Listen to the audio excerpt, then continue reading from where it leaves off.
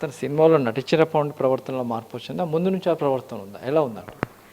First నుంచి anger management issues అయితే ఉన్నాయి సార్. అండ్ మా ఫాదర్కి ఉన్న హైదరాబాద్లో ల్యాండ్స్ మీద వాళ్ళకి చాలా ఇంట్రెస్ట్ ఉంది. అతనికి ఫస్ట్ నుంచి కూడా దాని మీద ఇంట్రెస్ట్ ఉండేది. అండ్ నా ఇన్కమ్ అంతా అతనే తీసుకునేవాడు. నా ఇన్కమ్ నుంచి నేను చేసుకున్న సేవింగ్స్ జీరో, మొత్తం తనే తీసుకున్నాడు. నేను ఎంత కష్టపడ్డానో, రోజు ఒళ్ళు నొప్పులతో పడుకునేదాన్ని. నేను ఈ వయసులో పబ్బులకి వెళ్ళి క్లబ్బులకి వెళ్ళి ఎంజాయ్ చేస్తున్న వయసులో నా ఫ్రెండ్స్ అందరూ, నేను ఏ రోజు కూడా కష్టపడ్డాను. ప్రతిరోజు నేను కష్టపడ్డాను, చదువుకున్నాను, నేను ఒక టాపర్ని. అలాంటిది నా లైఫ్ తీసుకొచ్చి ఒక ఇంజనీరింగ్లో కూడా ఇతని మీద డిస్కో కమిటీలో కేసు ఉందంట.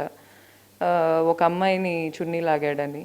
ఇంత దరిద్ర బ్యాక్గ్రౌండ్ పెట్టుకొని వచ్చి నా దగ్గర నేను చాలా ఉత్తముడిని, నేను చాలా గొప్పోడిని అని చెప్పుకుంటా.